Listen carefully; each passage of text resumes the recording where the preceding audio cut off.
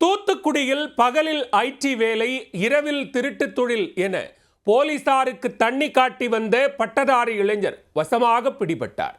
ID வேலைக்கு செல்லும் போது பூட்டி கிடக்கும் வீடுகளை நோட்டமிட்டு கைவரிசை காட்டியது எப்படி?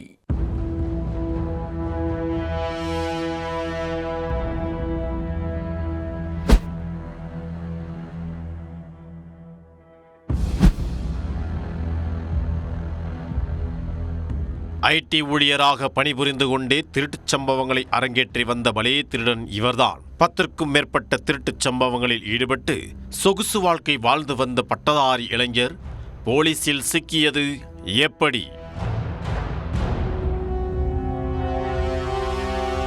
தூத்துக்குடி மாநகரில் அண்மை காலமாக பூட்டி கிடக்கும் வீடுகள் கண்டறியப்பட்டு அவற்றில் கொள்ளை நடப்பது அதிகரித்துள்ளது. கொலையாளர்களை கைது செய்ய தனிப்படை போலீசார் அதிகாலை நேரம் தீவிர தேடுதலில் இறங்கினர். அப்போதுதான் சகலகலா திருடன் ஒருவர் போலீசில் பிடிபட்டுள்ளார். தூத்துக்குடி மில்லர்புரத்தில் நாராயணன் என்பவரது வீட்டிலிருந்து சிசிடிவி, பென்டிரைவர் உள்ளிட்ட பொருட்களை திருடிக்கொண்டு சென்றபோது அவர் பிடிபட்டுள்ளார்.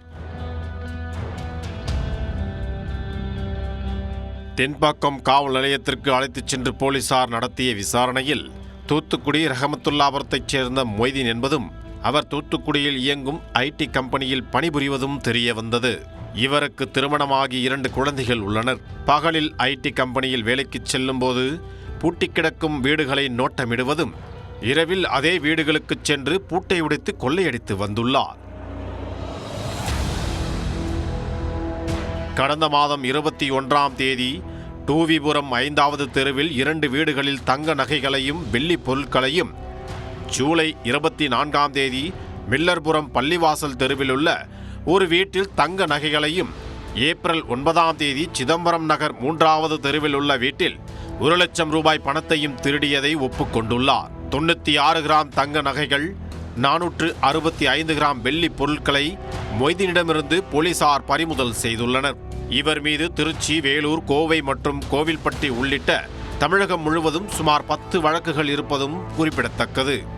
பகலில் ஐடி வேலை, இரவில் திருட்டுத் தொழில் என தூத்துக்குடி போலீசாருக்கு தண்ணீர் காட்டிய நபர் போலீசில் சிக்கியிருப்பது பெரும் சலசலப்பை ஏற்படுத்தியுள்ளது.